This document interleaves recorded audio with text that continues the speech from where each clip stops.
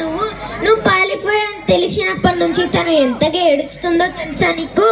తెలుసు, బాగా తెలుసు. అయినా నా గురించి ఎవరైనా ఆలోచించారా? శారద పెళ్లి చేసుకుంటావని ఎవరైనా అడిగారా? నువ్వు శారద చిన్ననాటి మిత్రులే కదా, నువ్వే కదా అన్నాను తనని ఎంతగానో ప్రేమిస్తున్నావని. అన్నాను గుండప్ప, అన్నాను. కానీ ప్రేమకి వివాహానికి చాలా తేడా ఉంది. నువ్వు ఒక మాట చెప్పు చూసాం. ఈ లోకంలో అన్నిటికన్నా ఖరీదైన వస్తువు ఏంటి? బందర్ లడ్డూలా? మంగళసూత్రం. భర్తగా జీతాంతం తన వాయిదాలు నేనే చెల్లించాలి. తనదే ఉంది, తన వల్ల మంగళసూత్రాలు వేసుకుని కూర్చుంటుంది. కానీ జీతాంతం ఇంటి బరువు బాధ్యతను మోయాల్సింది నేనే కదా. లామా లామా నన్ను చెప్పని నప్ప, నన్ను చెప్పని. అమ్మ నన్ను ఇంట్లో నుంచి వెళ్ళగొట్టినప్పుడల్లా తన నాకు ఆశ్చర్యం వచ్చేది. నాకు డబ్బు అవసరమైనప్పుడల్లా పాపం తన వల్ల నాన్నగారు దగ్గర దొంగలించి మరిచ్చేది.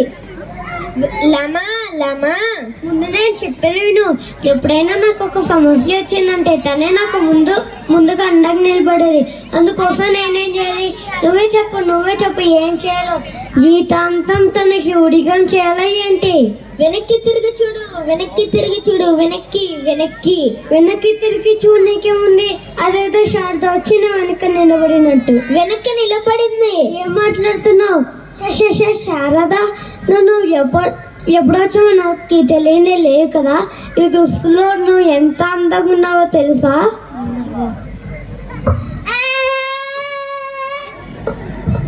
అయ్యో దేవుడా, నువ్వు ఎందుకు ఏడుస్తున్నావు? నీకు బాగా తెలుసు కదా నువ్వు ఇలా ఏడుస్తావు అంటే నీ మొహం అస్సలకి బాగుండదని. ఎత్తుకో,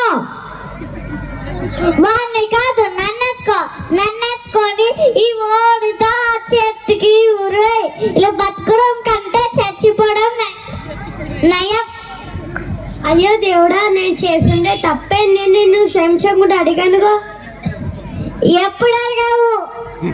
అడగలేదా? అడగలేదు. సరే ఇప్పుడు అడుగుతున్నాను, క్షమించావా? తప్పైపోయింది. వివాహం అని చెప్పగానే నాకు చాలా భయం వేసింది. అందుకోసం అలా వచ్చాను. సరే, ఇప్పుడు ఏమీ లాభం లేదు రామా. ఇక వివాహ ముహూర్తం దాటిపోయిందిగా. పురోహితులు పారిపోయింటలు. సరే ఇప్పుడు కాదు, ముందు నన్ను కాలకమందే ప్రసన్నం చేసుకుని బాగా ధర్మంతుడు బుద్ధివంతుడై తిరిగి వస్తాను.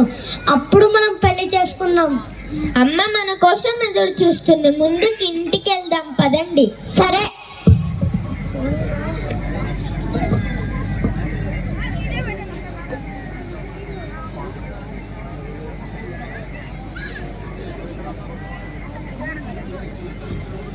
శ్రీ తాతాచార్యుల వారికి జై.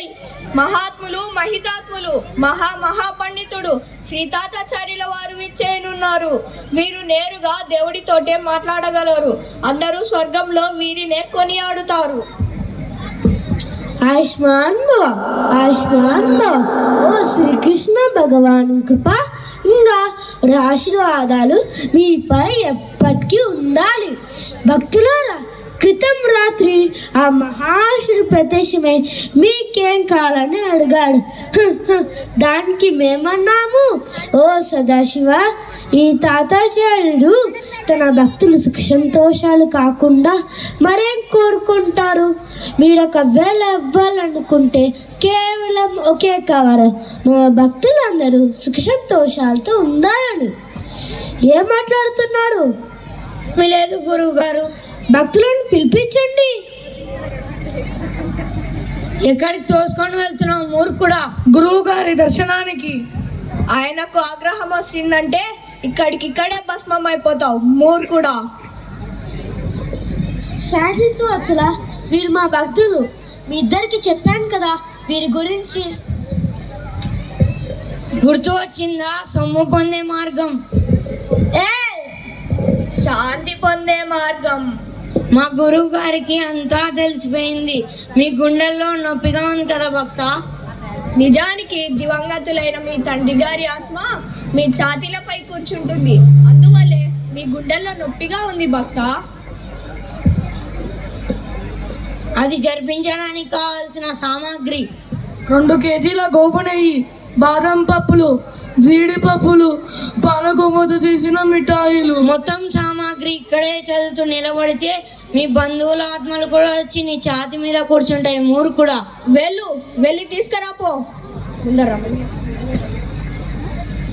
నిజానికి మన గురుగారంత దుష్టుడు దుర్మార్గుడు మరెవ్వరూ ఉండరు. పాపం ఆ చనిపోయిన శావక